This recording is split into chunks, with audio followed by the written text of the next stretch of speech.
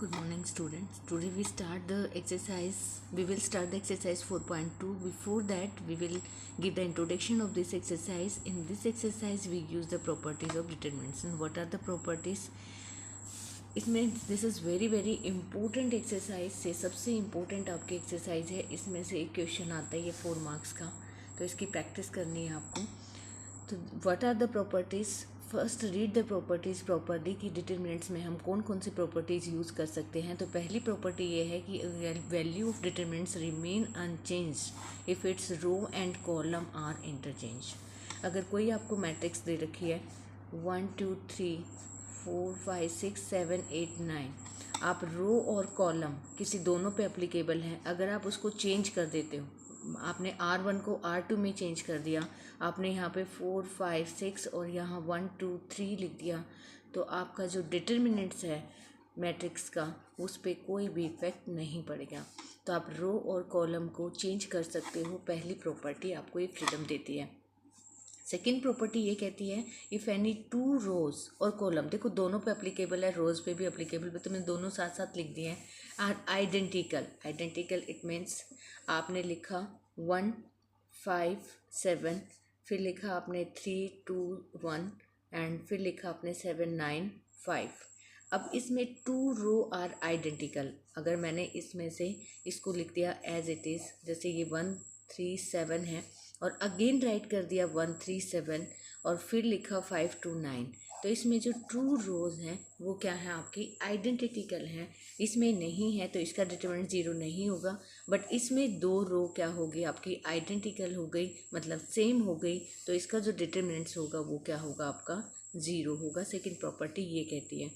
तो आपको फाइंड करने की नीड नहीं है कि आप उसको फाइंड करने लगो कि इसका डिटरमिनेंट्स मुझे चेक करना है. नो, ये प्रॉपर्टी कहती है अगर 2 रो या 2 कॉलम क्या हो, सेम हो, आइडेंटिकल हो, तो उनका डिटरमिनेंट्स क्या होगा आपका 0 होगा. This is your second property.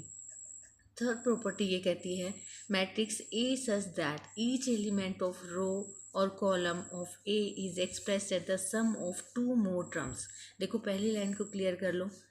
अगर मैं कोई लाइन लिखती हूँ यहाँ पे 1 5 7 और मैंने यहाँ पे लिखा 2 + 3, यहाँ पे लिखा 5 + 8, यहाँ पे लिखा 9 + 5, तो ये क्या है, ये कहता है कि matrix A such that element of a row a expressed at the sum of 2 more terms. मैंने यहाँ पे 2 टर्म्स ली हैं, 2 से ज़्यादा भी हो सकती हैं.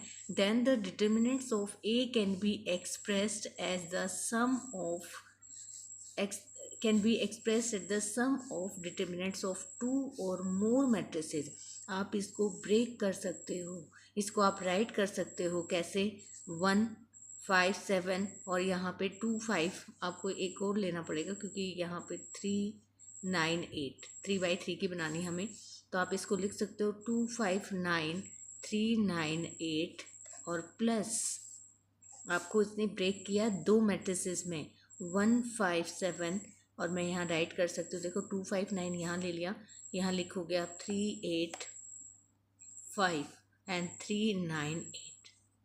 तो अगर किसी मैट्रिसेस में 2 टर्म्स का सम दे रखा है रो में या 3 टर्म्स का सम दे रखा है, तो आप उसको मैट्रिसेस में प्लस कर सकते हो. जैसे मैंने यहाँ मैट्रिसेस 1 बनाई, देन मैट्रिसेस 2 बनाई, तो ये कहते हैं sum of the determinants of 2 और more matrices of same order. Order will be same, आपका ऑर्डर सेम रहेगा.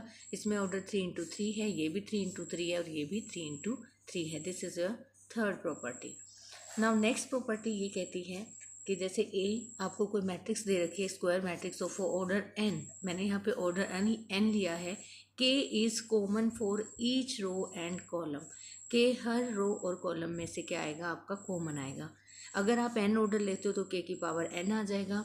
अगर आपने 3 ऑर्डर लिया, जैसे आपका k कॉमन है, k x है, k y है, k z है, k यहाँ पे w x जो भी है आपका, आपने k लिया यहाँ पे, w है, m है, k n है, k p है, k q है, k r है.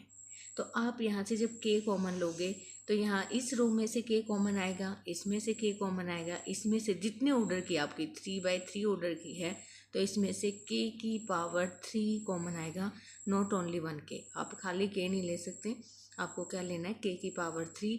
देन आपको मैट्रिक्स से एज इट इज़ राइट कर देनी है, जो रिमेनिंग बचेगा। जैसे आपको ऊपर बचा x y z, नीचे बचा w m n और नीचे p q r। तो ऐसे आपको कॉमन लेना है। तो these are very very important property. And then solving for the exercise 4.2 we use the operation, हम R1 और R2 वाले ऑपरेशन यूज़ करेंगे जो हमने एलिमेंट्री ट्रांसफॉर्मेशन में यूज़ किए थे to make easy to find determinants. So come to the exercise. In this exercise given that question number 1, using the property of determinants prove that. देखो अब अगर इसका आप डिटर्मिनेंट्स फाइंड करना चाहोगे तो आपको बहुत टाइम लगेगा और हो सकता है आपका डिटर्मिनेंट जीरो ना भी आए, क्योंकि कोई ऐसी आइडेंटिटी नहीं है जिससे हम इसको जीरो प्रूव कर पाएँ। बट बहुत लंबे प्रोसेस से बचने के लिए हम क्या यूज़ करेंगे, प्रॉपर्टीज़ यूज़ करेंगे।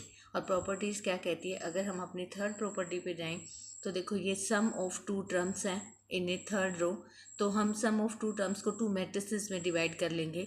तो पहला ये कहता है कि X Y Z A B C, और मैंने इसको राइट किया एक्स वाई जेड, प्लस हो गया आपका X Y Z A B C, और ये यहाँ क्या बचा ए बी सी। अब देखो और इजी हो गया। हमने सेकंड प्रॉपर्टी अगर हम यूज़ करें जो हमने पीछे लास्ट पढ़ी है, तो देखो ये रो R1 किसके इक्वल है, R2 के, R3 के इक्वल है, और R2 किसके इक्वल है, R3 के इक्वल है।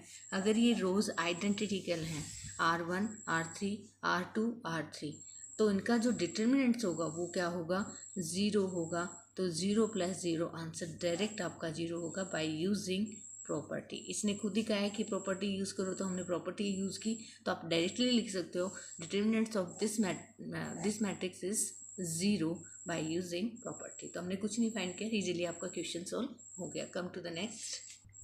This is question number 2. In this question, a minus b, b minus a very long terms. So how to find the determinants? Now first we apply the R1 plus R2. अगर हम इनको add करते हैं तो क्या आएगा answer आपका, R1 plus R2, तो a minus B plus B minus C, B minus C plus C minus A, C minus A plus A minus B, B minus C. ये एज इट इज़ रहेगा क्योंकि जो हमने operation apply किया है वो R1 पे ही अप्लाई किया है। अब चेक करो, देखो बी से बी कैंसिल, सी से सी कैंसिल, ए से ए कैंसिल। तो ये जो आया आपका, ये आया ए माइनस सी, ये आया आपका बी माइनस ए, और ये है आपका C minus B. This is B minus C minus A minus B, C minus A minus B, और बी माइनस सी।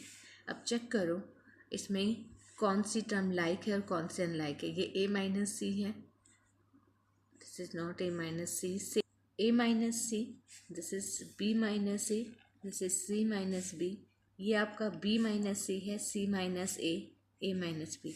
R3 चेक करो, ये ए माइनस सी है, ये सी माइनस ए है, तो कॉमन ले लो, ये भी क्या हो जाएगा आपका ए माइनस सी हो जाएगा। ये यहाँ बी माइनस ए है या ए माइनस बी, यहाँ भी माइनस कॉमन ले लो, ये भी क्या हो जाएगा ए माइनस बी। ये सी माइनस बी है, ये बी माइनस सी है, यहाँ भी माइनस कॉमन ले लो, ये भी क्या हो जाएगा आपका सी माइनस बी। अब चेक करो ए माइनस सी बी माइनस ए, क्योंकि माइनस कॉमन लिया तो ये आपका बी माइनस ए हो जाएगा, और माइनस सी माइनस बी। तो R1 एंड R2 क्या आपकी आइडेंटिकल हैं।